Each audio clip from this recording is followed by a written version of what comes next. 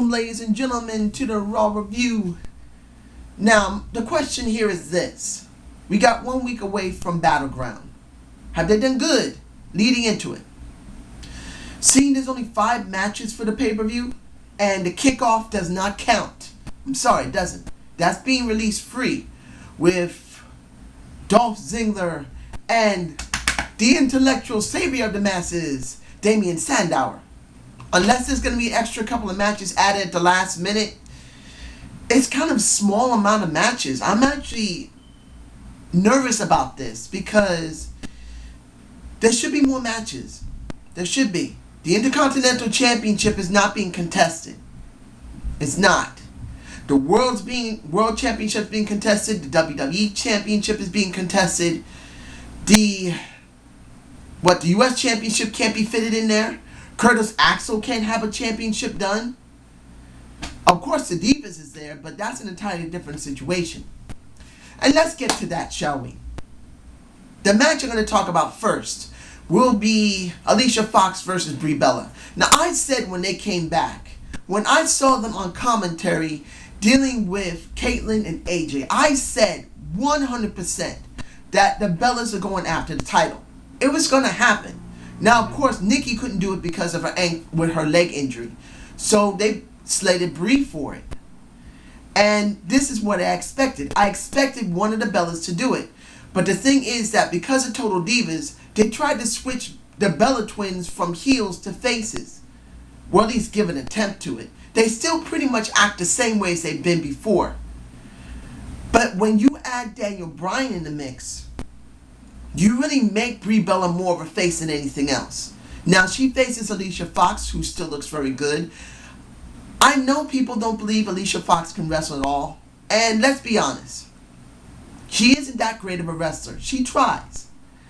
But when it comes down to it, when you have majority of your women who should be mainly practicing wrestling, but they usually go to red carpet events, they do photo shoots, they're going to do shows or anything else, they really can't focus on their craft like they did with Fabulous Moolah, with Mae Young, with Trish Stratus. And when she switched over a little bit and did a little bit of something outside, she still was great in the ring.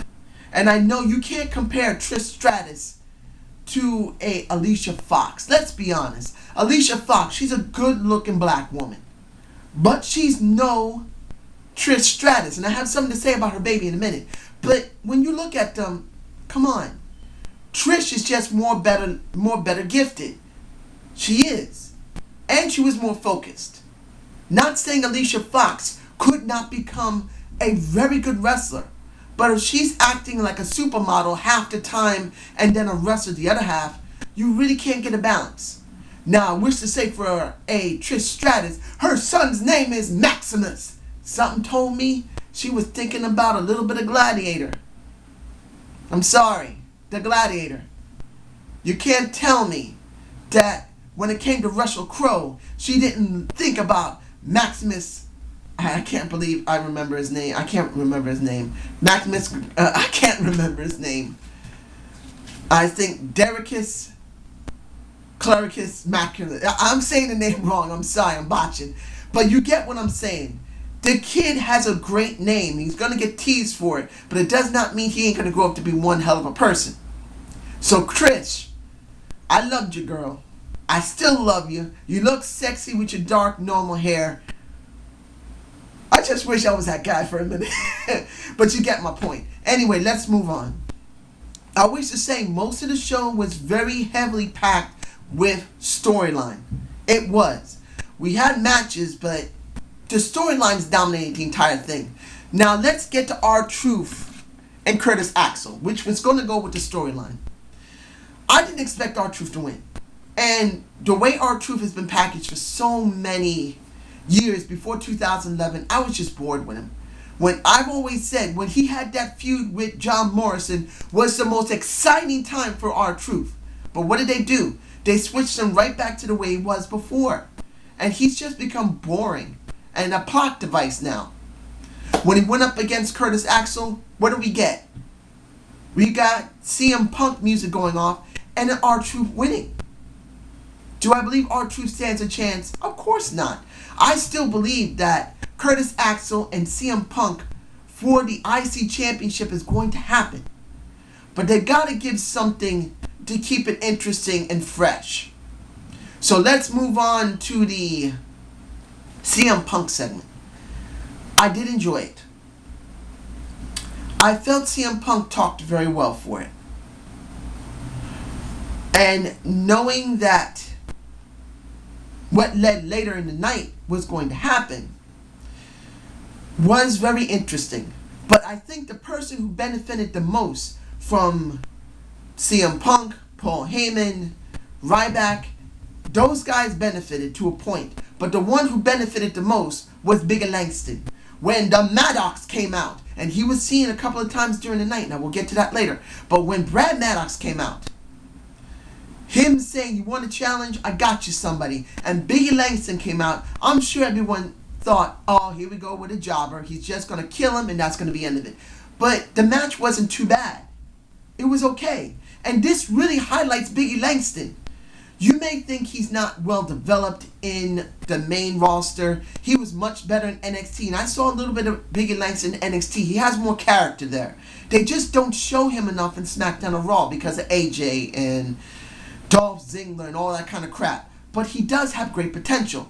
So going up against a former WWE champion is very good for him. Yes, he had the job, but it was all right. And then later in the night, when R-Truth won his match, and then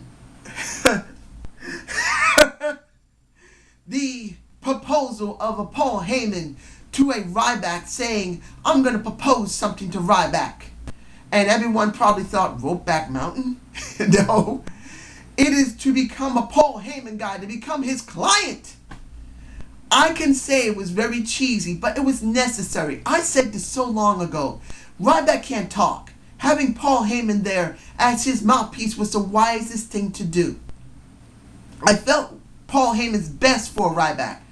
So the Ryback character that I thought was going to disappear may still stick around for a while, even if he's not good as a heel. He's not. As a chicken shit, pain in the ass heel, it was terrible. As a heel who says, "I don't like bullies," it's not much better. But they can still change his character back to a face with Paul Heyman, and he can be remaining his mouthpiece. So I wouldn't mind seeing that. And then seeing Paul Heyman, seeing Ryback, and a great Curtis Axel get their asses handed to him by CM Punk with a kendo stick, faking that segment of, "Oh, on my knee." That was deliberate, obvious. Paul Heyman realized it, but it was still good enough to go into Battleground, and I'm actually very interested in this. Now, the next thing we're going to talk about is the Triple H segment with the Rhodes. I could leave this for the end, but I really want to state this.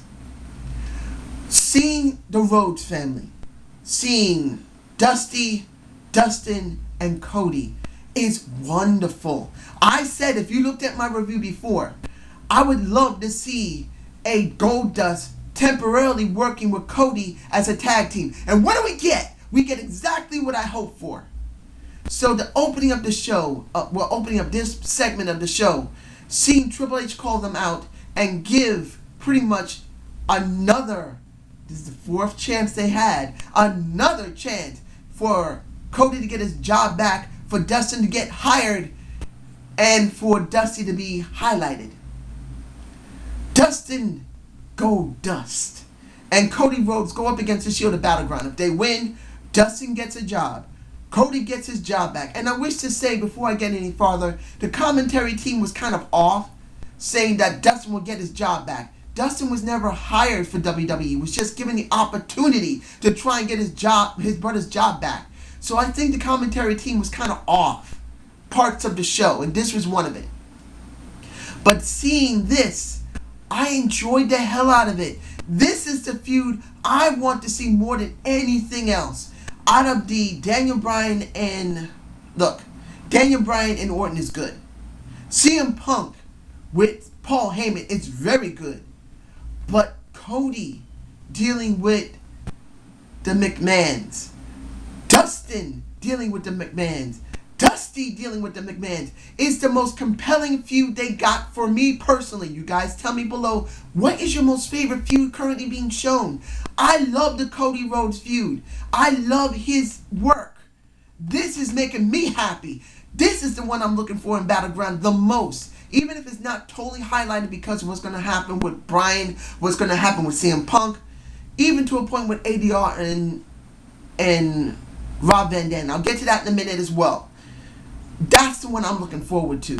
I enjoyed that segment to hell, baby. I enjoyed hearing a Dusty Rhodes saying, you want to do this? Then don't worry, I want to be there, my boys, and if I lose, you can go and pump my huckleberry. Not those exact words, but pretty much he's saying, if I lose, go ahead and fuck my ass, I don't care.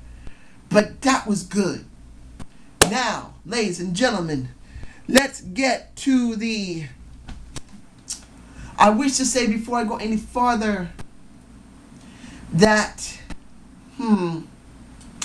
the ADR match. I just don't understand why ADR didn't drop the belt early. And that's what I wanted to say first, because that pretty much covers the entire match between ADR and Zack Ryder. Why didn't they drop the belt to him earlier? Because this seems very badly dragged out, and I have no interest. Most of the time, the crowd wasn't interested. I have to honestly say that it wasn't a bad match, but the crowd really wasn't 100% into it. I just don't see it. And even though RVD did an interview later in the night, I wasn't that interested either. I'm glad they're doing this feud with somebody different. Even if you don't like RVD, as Mr. Ralph or Mike says, RVD. I still like the one-of-a-kind theme song. RVD, let's be honest, it would have been better by now if he changed his character. But let's just focus on the situation. RVD should have gotten the title already. And then Damian could have cashed in by now, or will cash in before the end of the year. And that would make sense. I don't know why it's being dragged out. Anyway, the next section we have here will be the Usos and Dolph Ziggler versus The Shield. Now, I enjoyed this match the most out of the entire show. I did. Out of every match that was shown, I did enjoy this match the most. Because I do like the Usos very much, and I do believe Dolph could still be salvaged. They just didn't push him when they had the chance. The crowd now, they're still cheering, but it's actually diminished quite a lot. At least in this venue. So in this case, the WWE had a chance to build up Dolph Ziggler properly, and they just dropped him. So what does this mean? We don't get a match for the Usos yet. Maybe by the next pay-per-view, which is, I think it's Hell in a Cell. Tell me if I'm wrong. Hell in a Cell is next. So, if I got to see it like that, I believe the Usos will get their shot then. For Dolph, since he's got to work with Damian, he's not going to be doing anything. So, it's kind of, he's just left. Even though he will get his match, I believe it's on SmackDown, he's going to get his chance against Dean. I'm getting names mixed up. He's getting his chance against Dean in SmackDown, I believe. But even then, it should be done on Raw. They need to highlight him to try and build him into something. But I'm going to leave it at that. Now, Fandango versus Kofi Kingston. I still like Fandango a lot. I don't mind Kofi Kingston. But it just felt like a dark match. And I just wish these guys would have something more. Kofi wins. But do they really do? I'm moving on from there to the big show. The interview and the possible arrest. The interview was nice. As much as you think the big show can't act very well, he does a decent job of trying. And for the casual fan, it actually works pretty well. I believe he did a good enough of a job that he easily relayed how he felt of his frustration. And finally said, you know what, I'm going to knock out Paul Levesque. I'm going to knock the fuck out of that motherfucker. And the deep, deep voice that I have to use. But what did we get? We got about 4 cops with a detective. Maybe a little bit overkill on their part. You could have had 2 or 3 officers, but a detective? Are you serious? That was not necessary. But when Steph came out to say, look, he's under stress, that's it, it was all right. Seeing that she was involved in this makes me come over to the conclusion. I'll leave at the end of this review. But let's put it like this. Hearing his financial problems was one thing, but hearing his problems in the bed was another.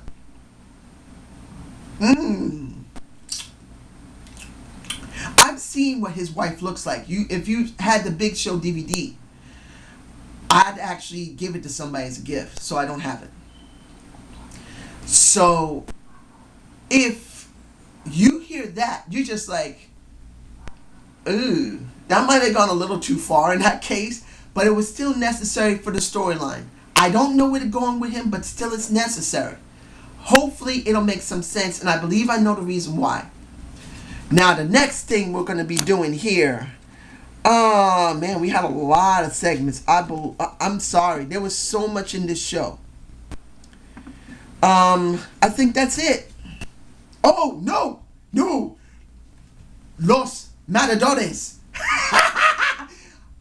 You want to see what an old style gimmick is? Those Matadores. If I'm pronouncing it wrong, I don't speak Spanish, even if I am part Spanish. I just don't know how to pronounce it properly. But you guys know, Primo Epico, they came out swinging. I love the fake guy in the bull. The guy in the bull suit was a beautiful touch.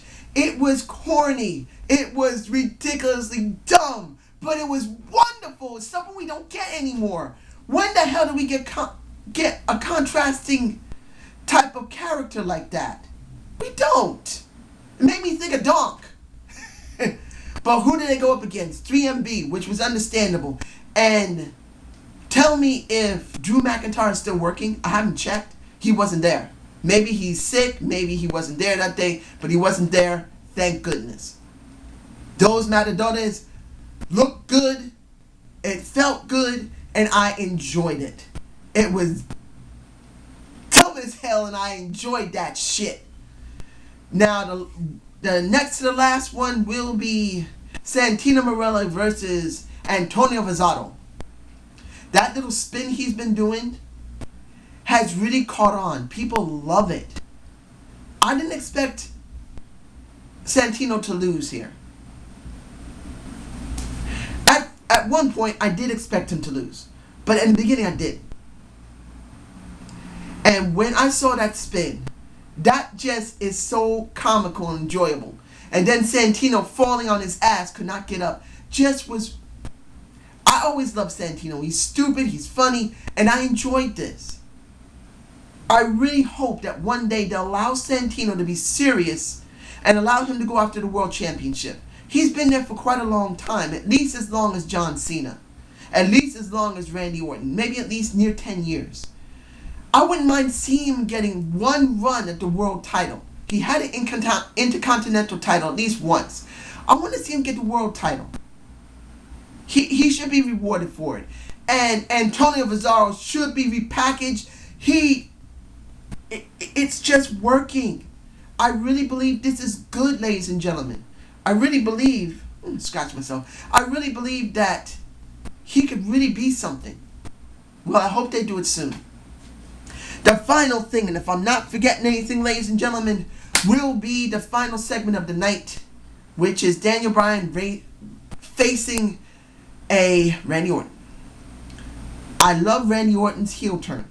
It has really given him new life. And when the segment came up and it was the King who had to do the interview, the King did an alright job.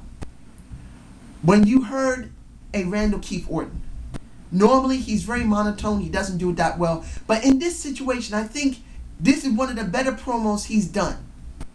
He sounded very good here. Dealing with Brie Bella earlier in the night and last week before also adds on to it. By the time Daniel Bryan came on, I really felt invested in this feud. I really hope Daniel Bryan wins. And by the end of it, Daniel Bryan got his ass handed to him with Brie Bella watching. which goes along with the storyline of how Bree is going to become the Divas champion and how Daniel Bryan could also become a champion. How did I feel about this show? I did enjoy it. I do believe it was a little too story driven, admittedly, but they needed this. So how do I feel about the show? B. It wasn't bad. I enjoyed it. So I hope you enjoyed this Zane's View. Subscribe and comment to my subscribe and comment. I'm saying comment. Comment to my channel. Give me a thumbs up. I hope soon to be doing my preview of Battleground. I have a lot going on right now. That's one of the reasons why I'm a little bit distracted. And I hope you understand, and I hope you have a good day.